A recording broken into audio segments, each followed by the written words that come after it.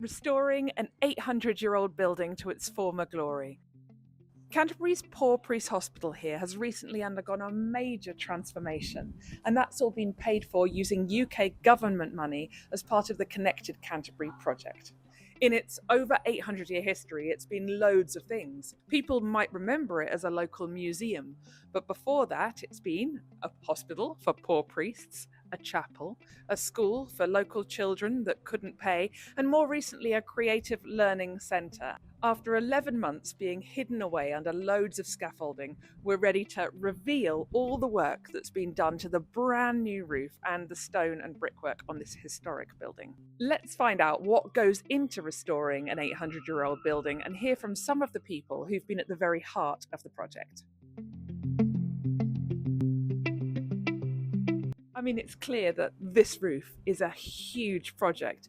Just tell us, how much work goes into restoring a roof like this? Part of the overall external fabric repairs, the roof is clearly a significant element, and it's something that we absolutely had to get right in terms of function and how it looked. It's a Kent peg roof. A huge amount went into deciding the materials, both in terms of their provenance, the quality, and actually these are handmade Kent peg tiles, and we wanted to put handmade Kent peg tiles back on the roof. The tiles are from Wadhurst in Kent. We visited the site, saw them being handmade. We elected to actually re-roof in its entirety the very historic parts of the building, with the intention of taking the salvage tiles and using those to re-roof the less significant parts of the building. We repaired, refurbished and redecorated all the joinery throughout the building, the windows, doors, sash windows and some of the much older windows, including the clock, which has now been beautifully refurbished. One of the key challenges in maintaining the character and appearance of the roof was keeping the existing undulations that existed in the roof. This is an old roof, and whilst also providing some insulation, it would be easy to flatten the roof off. But we were very conscious of that and aimed to use the right thickness of materials, and it was very much part of the sort of brief to the roofers to keep those undulations. It's a stunning roof, and it's something that you can't really appreciate from down here. I think working on this, we've been really lucky in being able to see the form of the roof, the gutters, and yeah, just what an incredible piece of engineering craftsmanship it is, and hopefully we've sort of done that justice, and we've had the right people on board to sort of bring that back to its former glory. So it's an 800-year-old, at least 800-year-old building. What was the extent of the repairs to the stone and brickwork that needed to be done? So overall, we needed to look at the condition of the stonework and the masonry, and come to a sense of what needed to be done to conserve and protect the building.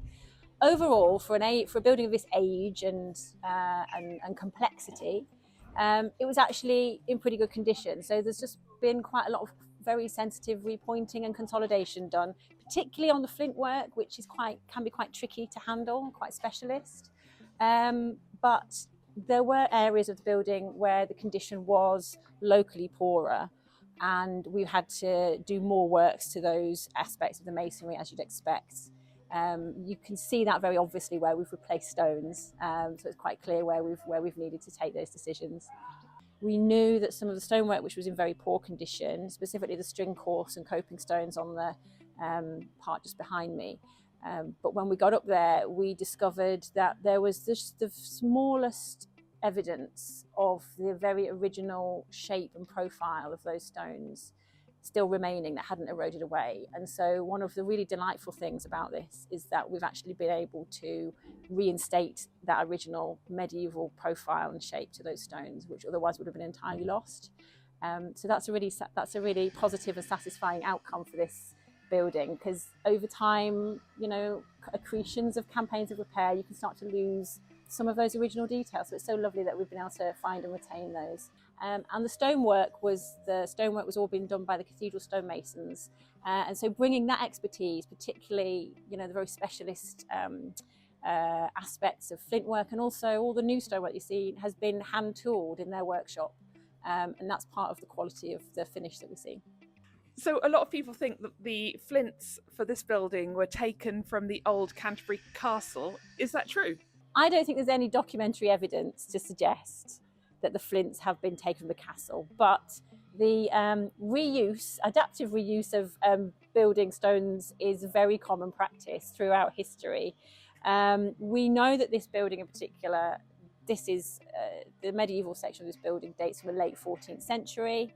The castle was already built for at least 300-400 years by that point, so it's possible, but the castle was still in use as an active building at that time, so I suspect probably not. What are the challenges to restoring such historic stone and brickwork? If you're doing any work to a building of this age and importance, one of the key things is really to understand the nature of the fabric you're looking at, understand why is it like this right now? Try and put yourself in the position of the people who were using it at the time. What were their motivations? Why does this bit join that bit? And through that process, just making very sensitive and careful decisions about where change or new repairs should go or not go, and when to stop, and actually when to go a bit further. This is the very first scheme to be completed as part of the Connected Canterbury project, and it's part of a wider series of improvements to our public spaces and heritage assets in Canterbury to help unlock and improve our city and maintain our place as a major international destination and important heritage and World Heritage site. But it's not just about making the city more attractive for our visitors. Investing in projects like this is part of the Council's commitment to preserving our heritage assets and making sure that Canterbury stays a city of which we can all be proud. There's lots more exciting work going on around the city right now, so keep an eye on ours, the Council's channels, just so you can stay updated.